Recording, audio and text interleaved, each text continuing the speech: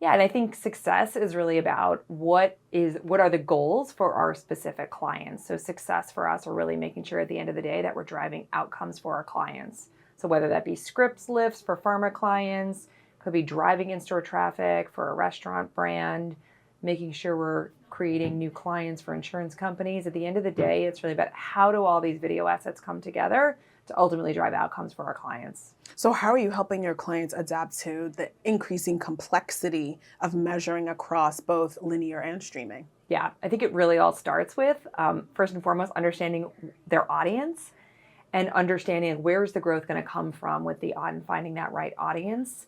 And once we understand who the audience is and where the growth is going to come from for business, it's then really diving into the complexity of where those audiences are consuming video content. So that can really be infused in our planning process. And that really helps us then sort of reaggregate those audiences across multiple screens because we're able to take the identity of the audiences, map it to different video screens, and build media plans against those audiences that allow us, again, to kind of reaggregate the audiences in a way where we can understand, well, how much investment should we be making on linear TV or streaming, social video. It's really important that we look at everything in a truly holistic environment because of the way that, our audiences are consuming video.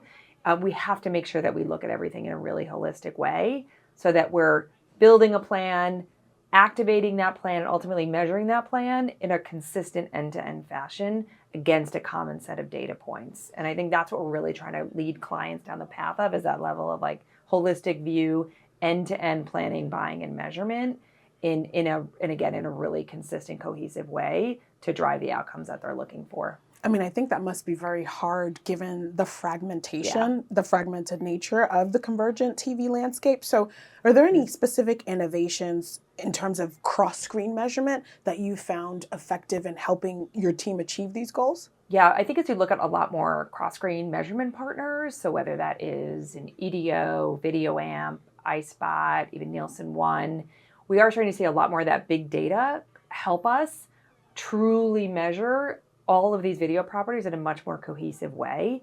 So we are seeing a lot of innovation, and certainly, again, the data sources that we now have access to across all these different fragmented environments that we can then look at and compare how is linear performing, again, versus CTV, or even versus YouTube versus social. So we need to start to look at everything in again, that really holistic way. But we are seeing a lot of innovation happen. But again, I really feel strongly it also starts with that upstream planning work. Because if we don't know how to do more integrated planning against those audiences and then be able to buy in those platforms and ultimately measure it, it all kind of really hinges together across that cohesive landscape. But again, I think we'd have more access to data than we've ever had before. But the challenge is hinging it all together in that end-to-end fashion. I think that's where the biggest opportunity lies. Adding one more piece of complexity to the mix is programmatic. And I think programmatic offers significant potential for scale and efficiency, but also some challenges. So what do you see in terms of the biggest challenges, but also opportunities for adding programmatic to that converged TV mix? Yeah, I think programmatic TV is a huge opportunity because, again, we can really kind of pull through linear inventory with CTV and other video channels in one cohesive platform.